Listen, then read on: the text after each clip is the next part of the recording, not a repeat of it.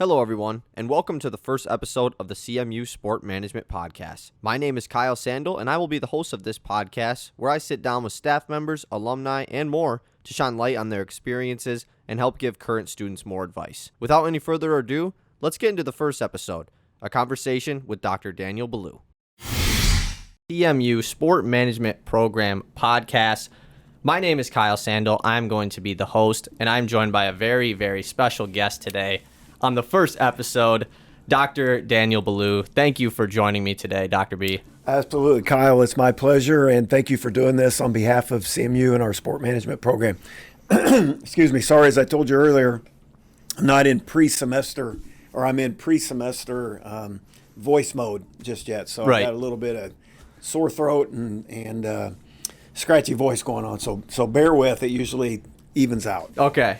We're 2 weeks into the school year now, but how was your summer? How was your summer, and how has it been back in Mount Pleasant now? Well, clearly in the summer I didn't have to talk very much, and so my voice was my voice was a lot stronger. And then you get back to classes, and it's 6 hours of lecturing, straight through. But summer was excellent. Rode a lot of cycling events, rode a lot of miles in training and in prepping for some of those events. And I find that the days are better as long as I get bike rides in. And so I was able to ride a lot, saw family, did the things that were important to do, those kinds of things. But glad to be back in Michigan, because it did get a little cooler when I got back here than it was in the temperatures I was dealing with. So always good to be back, and always good to see the kids on campus and be affiliated with young people. Of course.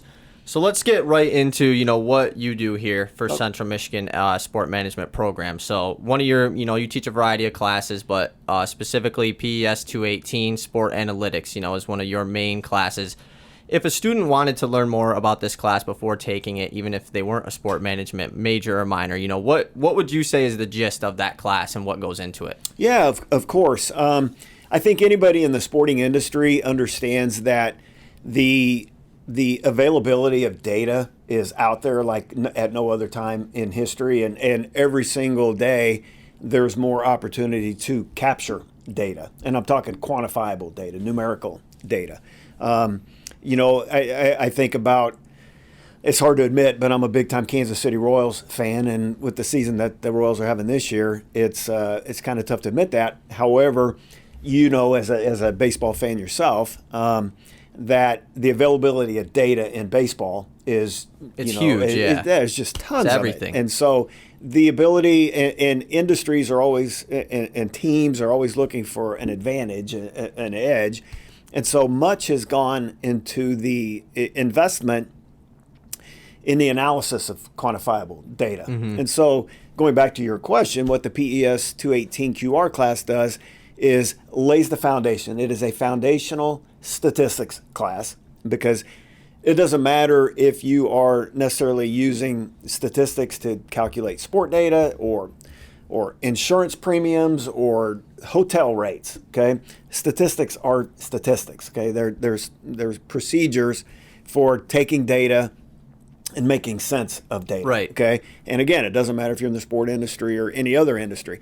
And so the 218 class is a foundational statistics class using sport data. And then from there, students who have an interest in this type of thing can go to the Sport Analytics 2 class that we created, PES 328, which is much more geared toward individual projects that students want to do, areas of interest. You as an outstanding student in that class know exactly what I'm talking about, where you got to do some programming and create your own study and find out some results and present that study, almost like presenting and defending a dissertation down the line, okay, and that kind of thing. And so that's what that class is all about, and it's just a way to expose students who have an interest in one of the hottest growing areas of our industry to get into that information a little bit deeper. Yeah, and I think that with sports, especially how you mentioned baseball, like statistics in baseball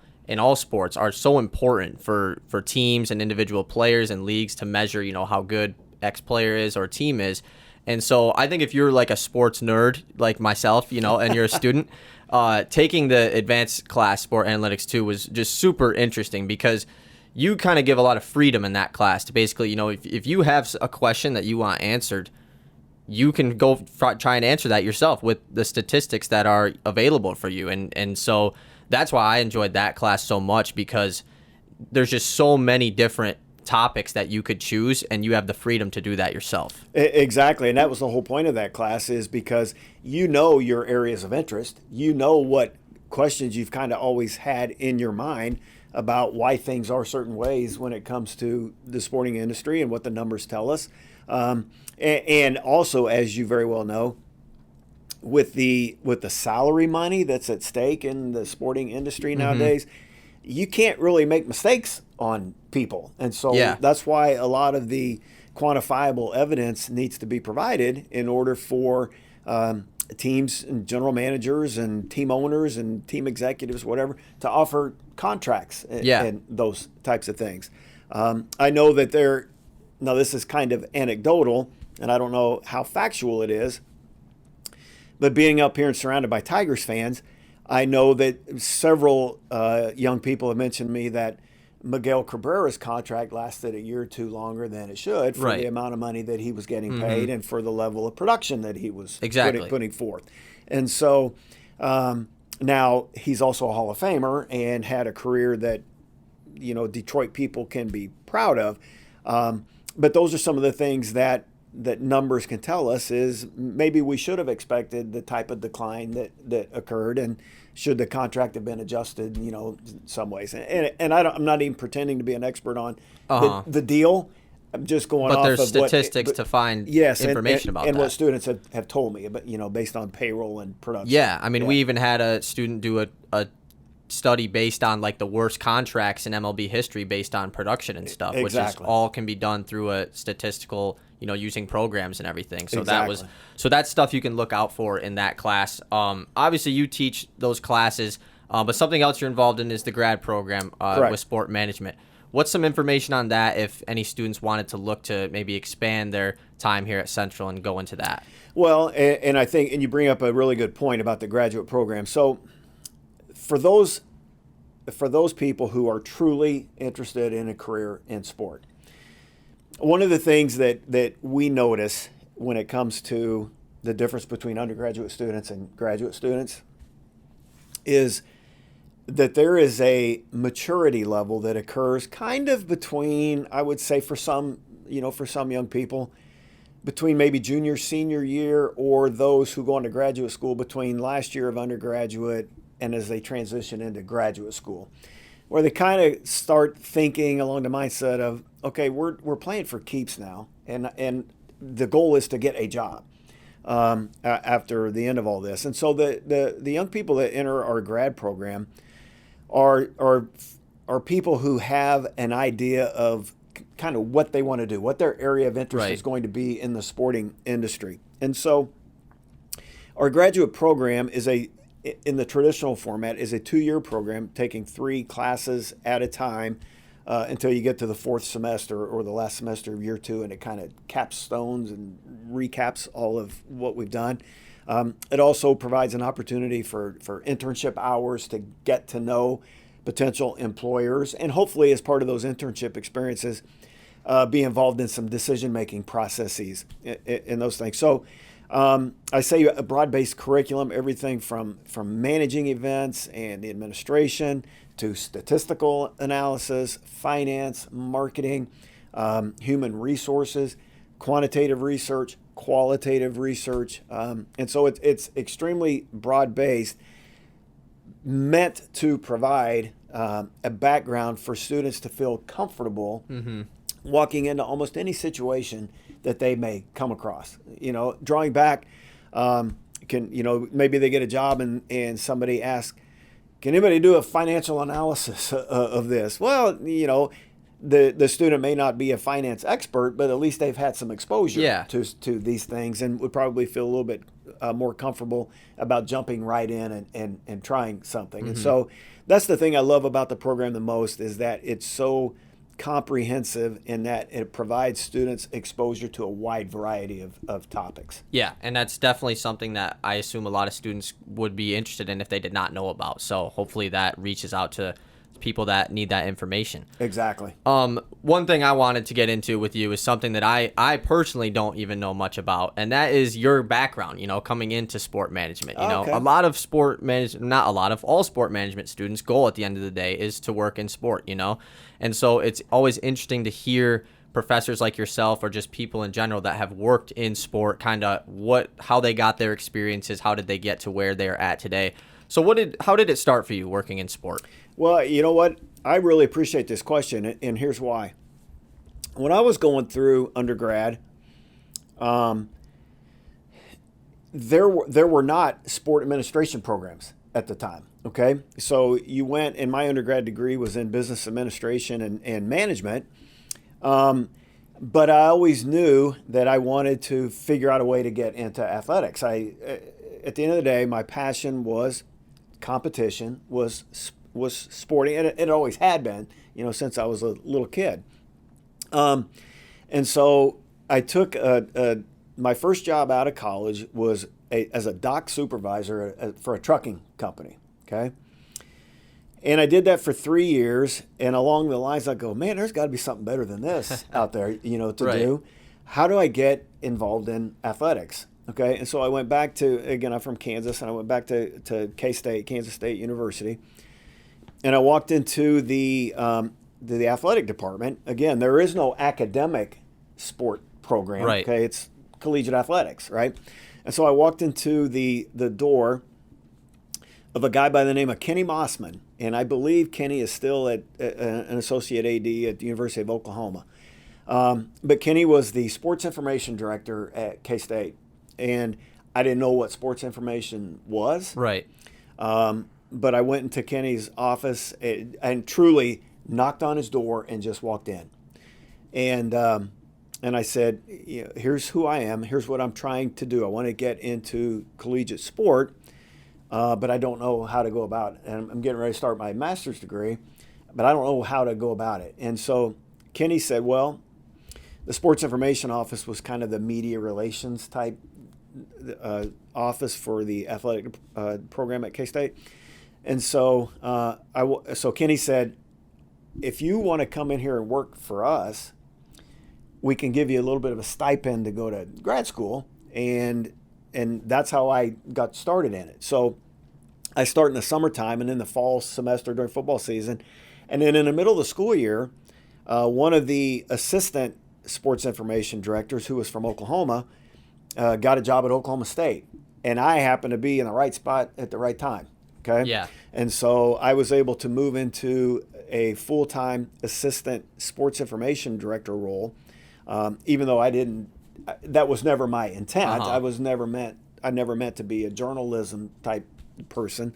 But I could write okay, and I could, do the things that needed to be done to, promote our athletes at K-State back in the day. And it was really easy then, because you guys would have absolutely no way of knowing this, but K-State's football program used to be awful. Right. It used to be the worst in the history of college football, to the point where they almost shut it down. And K-State was going to leave what was then the Big 8 conference, which became the Big 12, was going to leave the Big 8 conference and just be a basketball only, because it had rich basketball tradition. Was that during your time when you were there? Well, it was all part of that time. This Okay. went on for years, years and years and years, well before my time and into the time. Okay. Well, then a guy by the name of Bill Snyder shows up at K-State and completely turns the football program around in a very short time. Legendary Hall of Fame college football coach.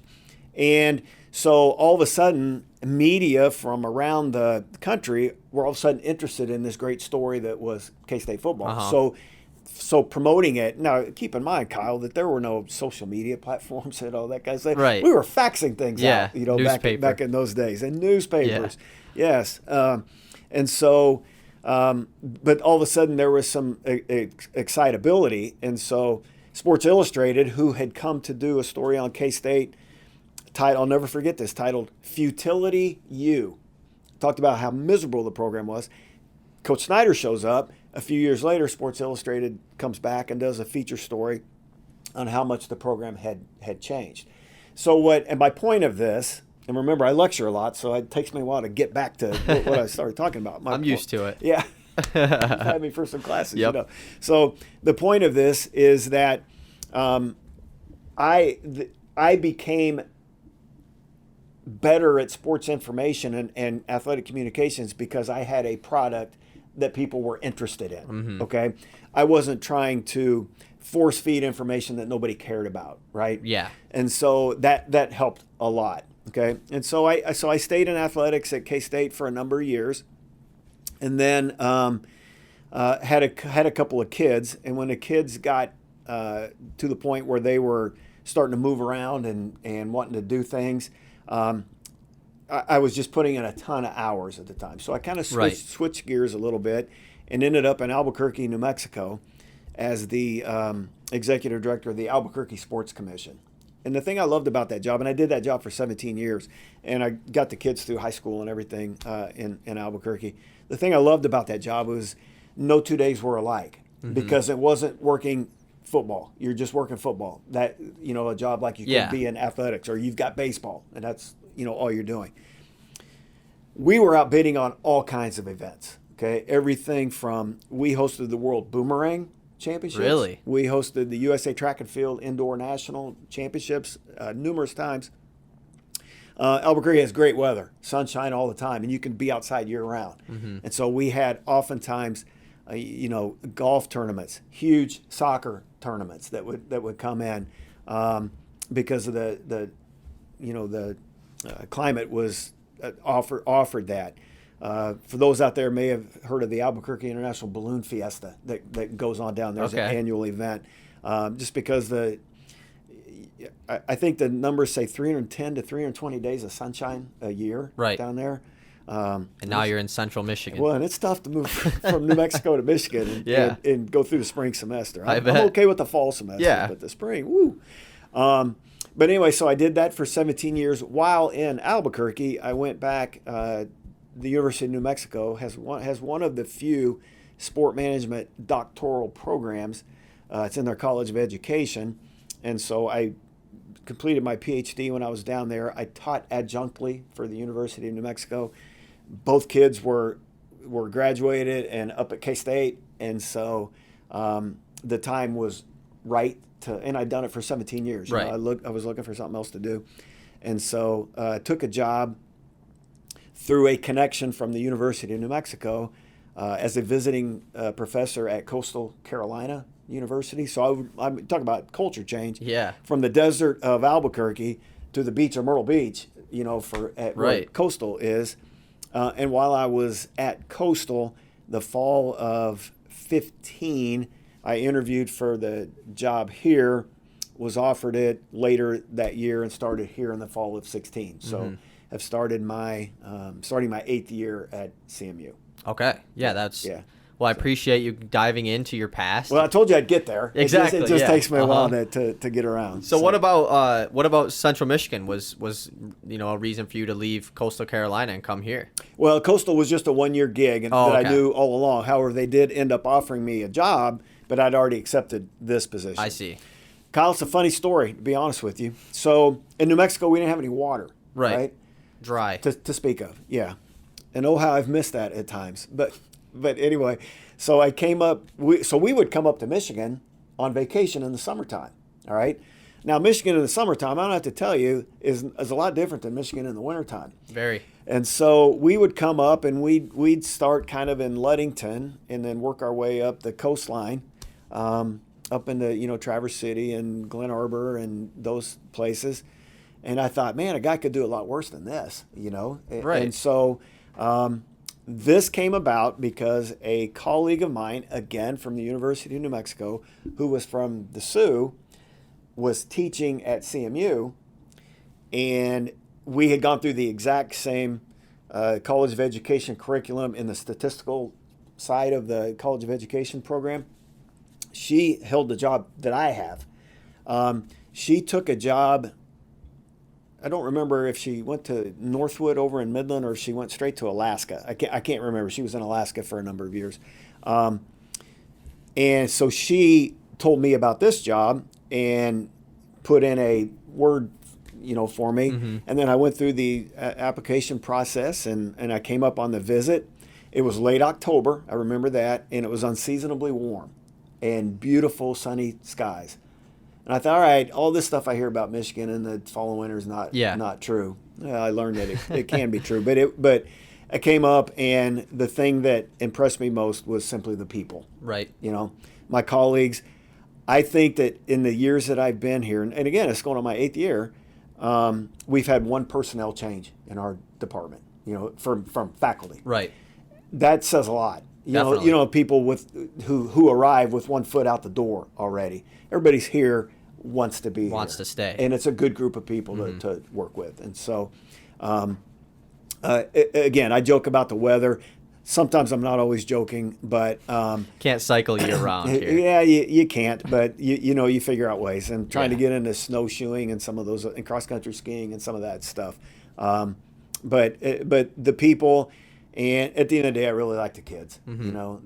Coming across and meeting kids like you, now we're friends. Exactly. That kind of thing is something that I've always liked and appreciated. Yeah, so I was going to ask, what's your favorite part about being a professor, but I'll start with the other side of things. You talked about when you were in New Mexico, how every day was different. That was one of your favorite parts about that. What was your favorite part about working in athletics, not before you became a professor? And it could just be that answer that I said. But. Yeah. I think it was the constant change that was going on, because you just didn't get into the same grind. Okay. Now, the thing about bid and there will be some students who end up with sports commissions. And I've known some that ended up at West Michigan Sports Corporation down in Grand Rapids. The thing about the bidding process for events is if an event is happening next week, you didn't just bid on it 2 weeks ago. You probably bid on it 2 years ago, okay, in order to get it all put together. And so you go through the bid process, and once you are awarded a bid, and again, it's usually a year to 3 years out. I remember when we were bidding on NCAA men's and women's basketball tournaments, I think they were 4 to 5 years out before you were going to host. And so you put a lot of effort in, you get the bid, and then you kind of shelve it for a while because there's other stuff that you bid for that's now coming, going to start happening and being in your city and that kind of thing. And so but at the end of the day, what you had to do was take an event that had never been to your city before, or had been a while before it had been to your city, and make it fit into a competition venue. Where are you going to house everybody? How are you going to move people around the city to get where they need to get to if there's multiple sites where they've got to compete and that kind of thing. And so the problem solving in that job was as enjoyable as anything. I wasn't necessarily into cold calling clients and that kind of thing. I mean, it was okay, and we had success doing it. But I liked the figuring out how many people I could put here at this time in this much space, and kind of the numerical stuff of calculating all that. And that's right down your line. It is, and I walk around with numbers in my head. I can't fight them off. They're just bouncing around all the time. Matter of fact, 99 days till the last day of final exams from right now. Really? Yes. Yep. Gosh, that's a lot of days. It is a lot of days, but it's better than 100. That's right? a good point. Yeah, and so double digits. Yeah, I just keep numbers, or they just float around. So anyway, that's what I enjoyed about it. Yeah. And so moving over to now that you're a professor in sport management, what would say is your favorite part about coming to work every day and teaching students? The kids. Yeah, it is. I mean, it just is. That doesn't mean that there's some challenges that go with that from time to time, but being able to be around the kids and just and I think and especially in statistics, you can tell when somebody's eyes or when the light comes on. You know what I mean? Yeah. Definitely. Oh, I finally get this. Now I see what we're doing and that kind of thing. And so it's normally the kids. I have developed can we say that Jen Eaton is sitting Of course. right in the room? And Jen Eaton, I had Jen as an undergrad, then as an RATA in the graduate program, and now she's off doing work for her doctorate. And and Jen and I are texting all the time, and the best of friends. And so that's the thing that I like about the opportunity to, because think of it this way: you walk into a room where there's 25 of you and one of me, right? Mm-hmm. And so it's much easier for you to remember me than me to remember 25 here, 25 there, especially when you have multiple 20 more classes, there, 20 more there, And so when you make connections with kids who then want to continue to stay in touch and keep you updated. I mean, I got a text last night, from somebody who was in our program a few years ago, in our graduate program. And she texted back saying, I'm applying for a job at the University of North Carolina. Can I still use you as a reference? And I'm going, oh my goodness, it's so nice to catch up with you. Yeah. And so it's about the kids and the relationships that you build. Mm-hmm. Yeah, it truly is. Yeah. It helps keep you young. And you can ask Jen Eaton this, and this. It's where I get my news. It's how I keep updated. Especially on your stuff. sports news. Exactly. Because I don't have time to keep it all sorted out, but you guys do, and so you're my knowledge bank. Yeah.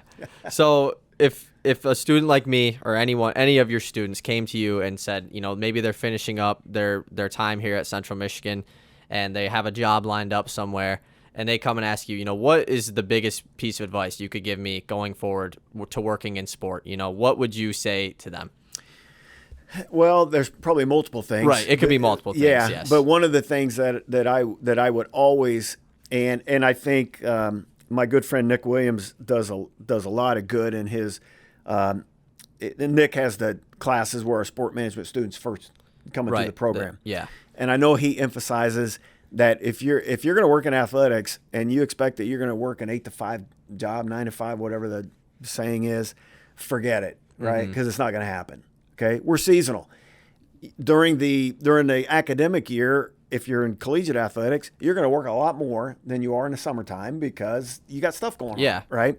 And so my advice is understand and be willing to get your hands dirty. And so because it takes that. And there are, for every one of you who is in a job, there were 20 other people who tried to get that job, okay? And if you don't want to get your hands dirty, they may be willing to get their hands dirty, okay? And so show up and be ready, willing, and able to do whatever it takes to get a job done. 'Cause in this, I don't necessarily economic, but in one of my graduate classes the other night, we had VP of facilities come in and do a speech.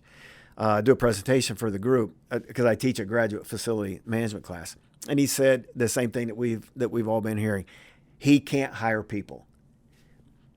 He's got 23 openings, nobody's applying for them. Okay, and so my point is that there are jobs out there, but if you're not willing to work, and I mean truly work. Then I don't know what will become of you, because at some point in time you have to do a job, right? And you've got to produce something. And so my advice would be get out there, step out of your comfort zone if you have to do that, and ask questions, try things, and see if you can figure out a way to get from A to B. Because I know that when I used to hire people, one of the things that I always wanted to know is, will you be able to figure out getting from A to B, from B to C, from C to D on your own? And are you may fail, okay? You may have to go back and do it again, but are you willing to try? Are you willing to put forth the effort? And so those are the things that I encourage. And Kyle, it's easy to see, for me anyway, it has been, when I see a kid in the classroom and I see bright young people who are willing to put themselves out there, those are the same people who end up in good jobs. Yeah. And if you just want to sit in class and count the second hand as it moves around till the class is over, you don't want to get involved in anything outside of anything that will take away your cell phone time, or your me time. Can I use that? Of course. Yeah. It takes away from your me time. Then you're probably not going to, rise to the level that you probably could if you were willing to put the effort in. So, I mean, it's for hundreds of years. How do you be productive? You work hard. Yeah. Okay. And that's one of the things that I cannot stress enough is to just work hard. Mm-hmm. Well, that was a great piece of advice.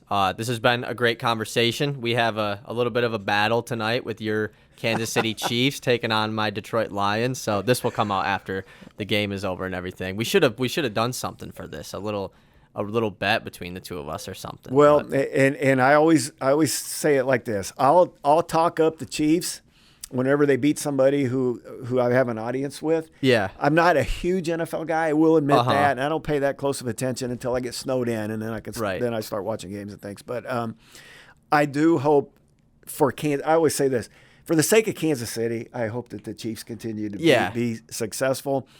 I think your Detroit Fighting Simbas are going to be better from all indications. Right. And I'm not even convinced that they don't win the game tonight. I think they very well could win that. There's a great possibility that they could win that game tonight. I'm hoping for it. Yeah. It's going to be. You might not have a lot of people showing up to class if you are a Friday teacher. Yeah. My son's actually in Kansas City right now, and he's going to the game tonight. And there's so much pomp and circumstance with the Super Bowl and all that kind of stuff that I don't even know how much the Chiefs are focused on the game right now. Right. I mean, but Andy Reid seems to do a really good job of whenever there's an obstacle of figuring it out. And so I know that they're missing the tight end, I think, and some other people. And so, we'll see what happens. Should be a good one. Be fun. Yeah. Both of our baseball teams have had rough seasons this year. So. You're better than mine, though. Yeah, so you don't know the history of rough because this is the worst Royals team in history. Yeah. Yeah. You got Bobby Witt Jr. though, so that's something. Yeah, he's a good player. Is there anything else on your chest that you want to put out there before we end this conversation? Just ride your bikes, man. There's no better way to get around and be healthy than riding your bikes. Yep, of course. I'll take that piece of advice. Well, thank you, Dr. Ballou, for joining me for this first episode, and we'll look forward to more. Absolutely. Thank you, Kyle. Yep.